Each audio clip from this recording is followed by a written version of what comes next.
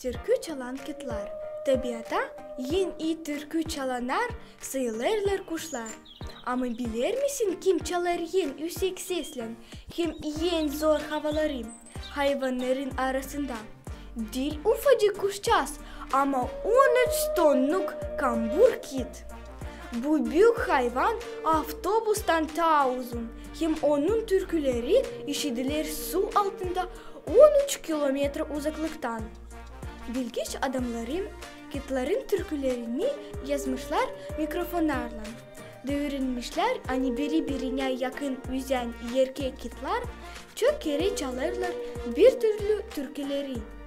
Kitin türküleri dolu derin soluk almalarla, cıvıltıyla, gıcırtıyla, tıkmaklarla hem inlemekle.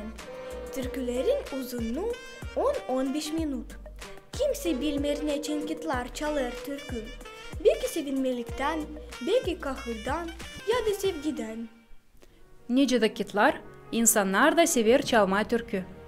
Biblia der, hani Allah sever bizim havalarımızı hem türkülerimizi. Şen ya da kahırlı türküler verirler bize kolaylık, daha iyi göstermeye duygularımızı. Bu pek güzel bir kolaylık paylaşma duygularımızla başka insanlarla hem söylemeye Allah'a ne kadar biz onu severiz. Ya söyle bana şimdi, hangi türküleri sen seversin hepsinden pek? Bilir misin ne der Allah'a? Metinleyeceğim, çalacağım sahabeye, hangisi iyi sözledi beni. 12. Psalom, 6. yer.